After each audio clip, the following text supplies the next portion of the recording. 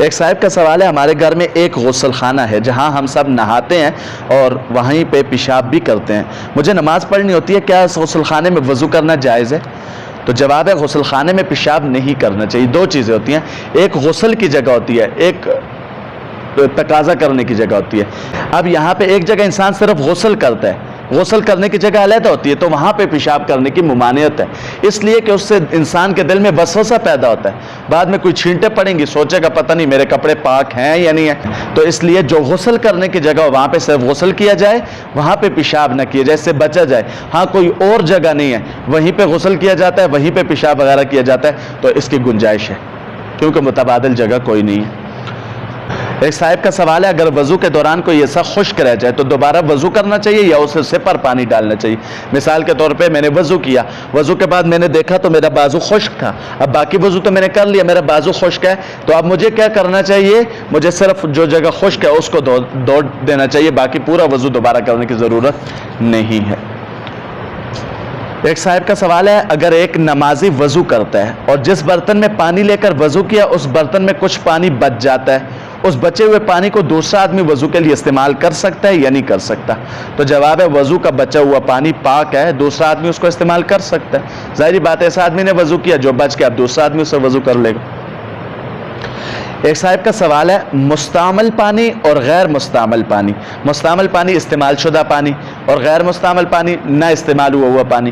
تو کہتے ہیں کہ مستعمل پانی اور غیر مستعمل پانی جبکہ یکجا ہو جائیں، ایک ساتھ ہو جائیں، جمع ہو جائیں، کوئی اور پانی وضو کے لیے نہ ملے اور مستعمل اور غیر مستعمل پانی برابر ہوں، مثلا ایک لوٹا مستعمل اور ایک لوٹا غیر مستعمل ہو، اب فرمائیں کہ اس صورت میں کیا کرے، وضو کرے یا تیمم کرے؟ تو جواب یہ ہے کہ مستعمل پانی اور غیر مستعمل پانی اگر مل جائیں تو غالب کا اعتبار ہوگا، یعنی زیادہ کون سا ہے؟ اگر استعمال شدہ پانی زیادہ ہے تو پھر تو اسے وضو کرنا جائز نہیں ہے، اور اگر استعمال شدہ پانی کم تھا اور جو پانی استعمال نہیں ہوا وہ زیادہ تھا تو اب اس صورت میں اسے وضو کیا جا سکتا ہے۔ ایک صاحب کا سوال ہے، کیا کھڑے ہو کر وضو کیا جا سکتا ہے جبکہ بیٹھ کر وضو کرنے میں تکلیف ہو؟ تو جواب ہے کھڑے ہو کر وضو کرنے میں چھینٹے پڑنے کا احتمال ہے، اس لیے کوشش یہ کی جائے کہ بیٹھ کر وضو کیا جائے، لیکن اگر مجبوری ہو تو کھڑے ہو کر وضو کرنے میں کوئی حرج نہیں ہے، بالکل ٹھیک ہے، کھڑے ہو کر وضو کیا جا سکتا ہے۔ ایک صاحب کا سوال ہے، آج کل گھروں میں بیسن لگے ہوئے ہیں اور لوگ زیادہ تر بیسن سے ہی کھڑے ہو کر وضو کر لیتے ہیں، وضو کھڑے ہو کر کرنے سے نماز ہو جاتی ہے؟ تو وضو تو اس طرح بھی ہو جاتا ہے، اور وضو صحیح ہو تو اسے نماز پڑھنا بھی صحیح ہے،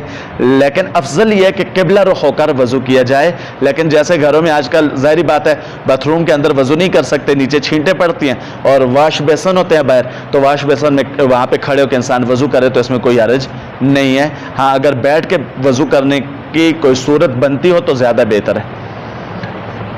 ایک صاحب کا سوال ہے، کہتے ہیں کہ میں بنیادی طور پر جلد ساز ہوں، جلد سازی کرتا ہوں، میری دکان پر ہر قسم کی اسٹیشنری وغیرہ کی جلد سازی ہوتی ہے جس میں سر فہرست قرآن کریم کی جلد سازی ہے، میرا طریقہ کار یہ ہے کہ جلد سازی سے قبل صرف ہاتھوں کو دھو کر جلد سازی کرتا ہوں، تاہم بحیثیت مسلمان میرے دل اور دماغ میں یہ بات ہمیشہ کھٹکتی رہتی ہے کہ قرآن کریم جیسی عظیم المرتبت کتاب کی جلد سازی اگر باوضو کی جائے تو زیادہ بہتر رہے گا، مگر کام کی زیادتی کی وجہ سے میرے لیے مشکل ہے۔ اس موقع پر یہ سوچتا ہوں کہ جہاں قرآن کریم کی کتابت، طباعت اور دیگر مراحل طے پاتے تو کیا سارے افراد باوضو ہو کر اس کام کو پائے تکمیل تک پہنچاتے ہیں؟ اس سلسلے میں کئی لوگوں سے مشورہ کیا تو انہوں نے کہا میاں آپ صرف نماز پڑھا کریں، یہ کوئی اہم مسئلہ نہیں اور نہ ہی فرض، برائے کرم میری الجھن دور فرمائیں۔ تو جواب یہ ہے کہ قرآن کریم کے اوراق کو بغیر وضو کے ہاتھ لگانا جائز نہیں ہے۔ آپ کئی لوگوں سے مشورہ نہ کریں، قرآن کریم کی جلد سازی کے لیے وضو کا اہتمام کریں، اگر معذور ہیں تو مجبوری ہے، تاہم اس کو ہلکی اور معمولی بات نہ سمجھا جائے، یعنی قرآن کریم جیسے بہت سارے ہمارے لوگ قرآن کریم بھی جلد کرتے ہیں، اب قرآن کریم جلد کرنے کے دوران ظاہری بات ہے اس کی جلد کمزور ہے تو ایسے اس کو پکڑیں گے تو اس کے اوراق کو تو ہاتھ لگے گا، اب قرآن کریم کے اوراق کو بغیر وضو کے ہاتھ لگانا جائز نہیں ہے، تو اس لیے اب یہاں پہ جواب یہ ہے کہ وضو کر لے، اگر کسی کا وضو یعنی ظاہری بات ہے عموماً اگر آدمی بیمار نہ ہو، اس کو پیشاب وغیرہ کی تکلیف نہ ہو، شوگر وغیرہ کی تکلیف نہ ہو، تو اس کا وضو 4 سے 5 گھنٹے 3-4 گھنٹے قائم رہ سکتا ہے، تو اگر وہ کام کرتا ہے 12 گھنٹے 3-4 دفعہ وہ وضو کر لے گا تو کوئی حرج نہیں ہے۔ ہاں اگر کوئی معذور ہے تو پھر اس کو ہلکا نہ سمجھے، عذر سمجھے کہ میری مجبوری ہے، اللہ مجھے معاف کر دے، گناہ سمجھے، گناہ کو گناہ سمجھنا یہ بھی یعنی ایک صفت ہے انسان کے اندر. تو اس کو گناہ سمجھے کہ مجھ سے گناہ ہو رہا ہے، لیکن اس کو معمولی نہ سمجھے، خیر ہے.